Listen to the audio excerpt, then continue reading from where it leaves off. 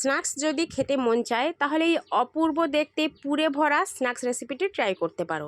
আসসালামু আলাইকুম everyone, welcome to Mampi's kitchen. শুধু দেখতেই সুন্দর না, খেতেও অসম্ভব মজার। দেখতেই তো পারছো, পুরে ভরা, ভীষণ টেস্টি, কম সময় কম উপকরণেই রেডি হয়ে যায়।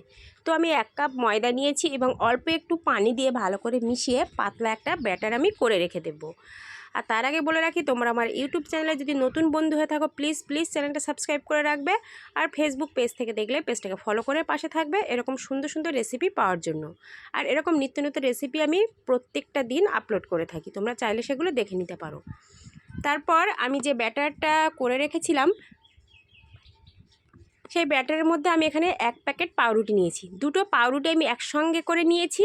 তারপর ওই ময়দা গোলা যে আমি ব্যাটারটা করে রেখেছিলাম তার মধ্যে আমি কোট করে নিয়ে এটা ব্রেড ক্রাম্বসে আমি কোট করে নিচ্ছি।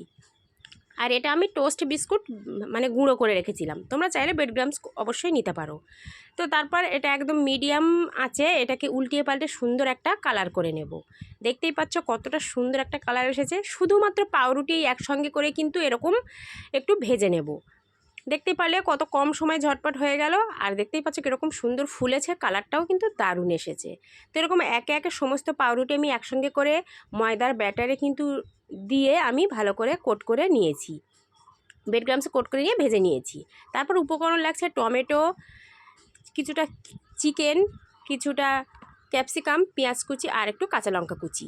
একদম অল্প চিকেন, 1/2 কাপ মতো বলতে পারো। তো তারপর একটা কড়াইয়ে আমি দিয়ে দিলাম টমেটো আর পেঁয়াজটা। তারপর ভালো করে বেশ নেড়েচেড়ে নিচ্ছি।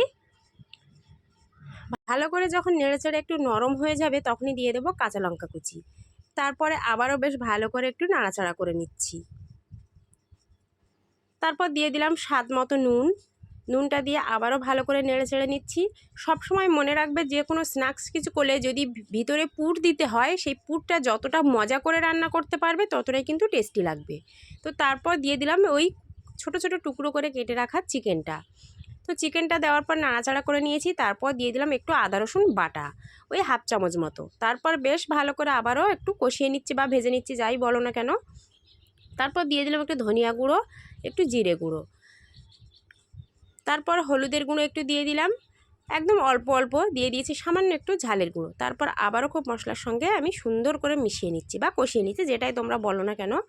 তো খুব সুন্দর করে এটা মেশানো হয়ে গেছে। উপর থেকে দিয়ে দিলাম একটু সয়া সস। তারপর আবারও বেশ ভালো করে নেড়েচেড়ে নিচ্ছি। আর তোমরা তো দেখতেই পারছো ভিডিওতে যে কালারটা কতটা সুন্দর এসেছে আর লোভনীয়ও লাগছে। তো আমি সামান্য একটু এখানে পানি দিয়ে দিচ্ছি, খুব বেশি পানি দেওয়ার দরকার নেই। আর চিকেন তো ছোট ছোট টুকরো করে কাটা আছে, সিদ্ধ হতেও সময় লাগবে না। আর পানি দেওয়ার পর উপর থেকে আমি ক্যাপসিকামটা দিয়ে দিলাম, একদম অল্প পরিমাণে আমি ক্যাপসিকাম দিয়েছি। তোমাদের হাতের কাছে যদি বিনস বা বাঁধাকপি এরকম টাইপের যদি কোনো সবজি থাকে, মানে তাড়াতাড়ি সিদ্ধ হয়ে যাবে সেরকম টাইপের সবজি থাকলেও তোমরা দিতে পারো। তারপর উপর থেকে দিয়ে দিলাম বেশ 1/2 চামচ গরম মশলা আর 1/2 চামচ চিকেন কারি মশলা। চিকেন কারি মশলাটা অপশনাল, তোমরা চাইলে দিতে পারো, না চাইলেও দিতে পারো। এটা আমার ভালো লাগে, আমি দিয়েছি। তারপরে ওটা রেডি করে আমি ঠান্ডা করতে দিয়েছি। তারপরে এই সমস্ত যে রুটিগুলো ভেজে রেখেছিলাম সেটা মাঝখান বরাবর এরকমভাবে আমি কেটে নিচ্ছি। আর এবার এটা ফাঁকা করলে দেখতেই পাচ্ছ এটা একটা পকেটের মতো তৈরি হয়েছে।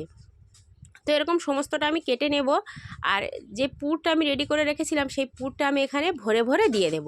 যতটা এই পকেটের মধ্যে যাবে ঠিক ততটা আমি সেইভাবে একটু দিয়ে দেব।